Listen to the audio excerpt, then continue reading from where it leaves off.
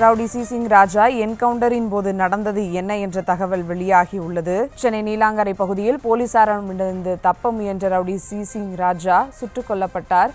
அது பின்னணி என்ன என்ற ஒரு தகவல் வெளியாகி இருக்கிறது. அண்மை செய்தியாக பார்த்து வருகிறோம். பிரபல ரவுடி சிசிங் ராஜாவை காவல்துறையினர் என்கவுண்டர் செய்திருக்கிறார்கள்.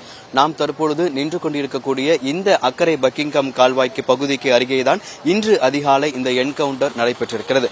கிழக்கு கடற்கரை சாலையிலிருந்து ஓயமா செல்லக்கூடிய இந்த அக்கரை பக்கிங்ஹாம் கால்வாய் பகுதியில் இன்று அதிகாலை பிரபல ரவுடியான சிசிங் ராஜாவை காவல்துறையினர் என்கவுண்டர் செய்திருக்கிறார்கள்.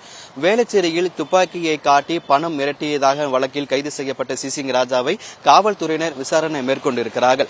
அவரிடம் துப்பாக்கியை எங்கே மறைத்து வைத்திருக்கிறார்கள் என காவல்துறையினர் விசாரணை மேற்கொண்டதில் அவர் இந்த அக்கரை பக்கிங்ஹாம் கால்வாய் பகுதிக்கு அருகே துப்பாக்கியை மறைத்து வைத்திருப்பதாக தெரிவித்திருந்தார்.